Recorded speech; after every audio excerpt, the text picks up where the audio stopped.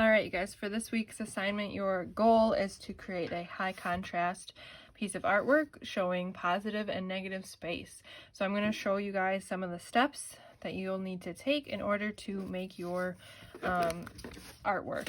So there are two parts to the artwork.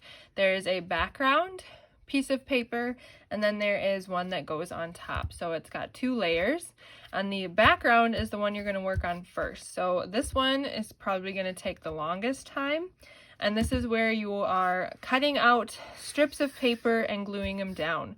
So you first need a piece of paper that everything is going to be glued on. So that's my yellow piece of paper. It doesn't have to be yellow, it could be a notebook piece of paper, could be a different color, whatever you have. But that's just where all your strips of paper are getting glued down.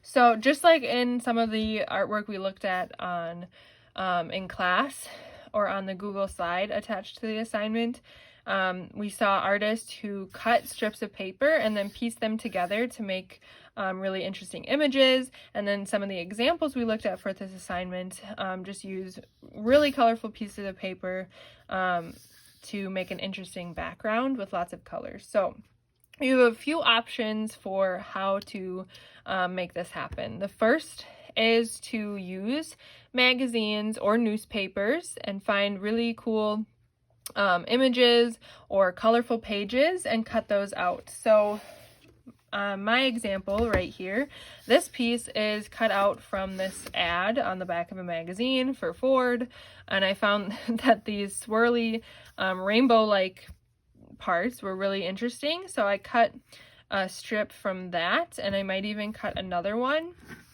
and glue it somewhere else on this piece.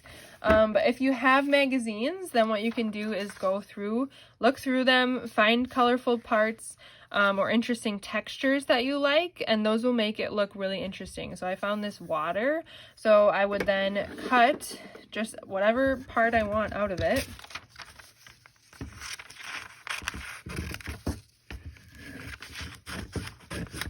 You can make your strips as thin as you want or as thick as you want. I think medium thickness is good, because if you do it really thick, then you're gonna fill up your space really quickly and it's not gonna look as interesting. Obviously it will take less time to do that. So I'm even gonna take a part of this light blue for the sky and use that as well.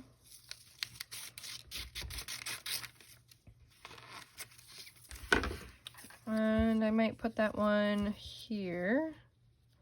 But your goal is to cut as many strips as needed to fill your piece of paper that you're gluing everything down to. So you can find those pieces in a magazine, you can use newspaper, you could use ads or coupons that you get in the mail.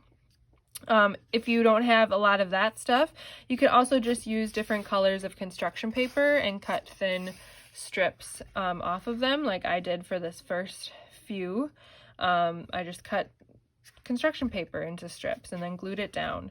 So once you have all your pieces glued down and your entire background is full of interesting colors, then you're ready to work on the top layer, which is just done on a piece of construction paper. And again, it can be any color you want. I'm just going to use this green one. And your goal is to create a really interesting design. So it can be abstract, it could be repeated shapes to make a pattern, or it could be an image. So one of the examples on the Google slideshow from today was two trees. So if you wanted to draw an image of something, you could, or you can just go with a really cool design. So I like abstract things, so I might do some repeated shapes.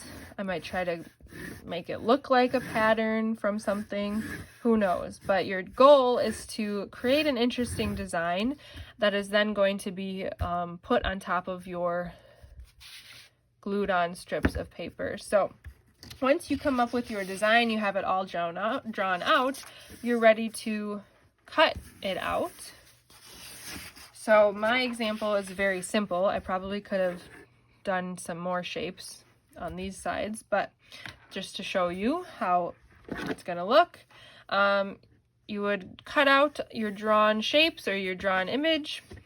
So then this can get put directly on top of your strips of paper.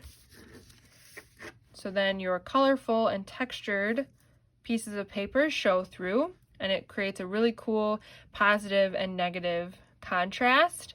So once you have your design cut out, you can put some glue on the back, glue it down so it sticks on top, and that is all you need to do for this artwork. So make sure when you are done, take a picture of it, attach it to the assignment on Google Classroom, and then you can mark it as done.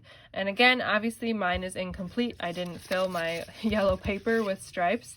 And then my design could be a little more interesting. But I know you guys are awesome, so yours will be really great. And I can't wait to see them.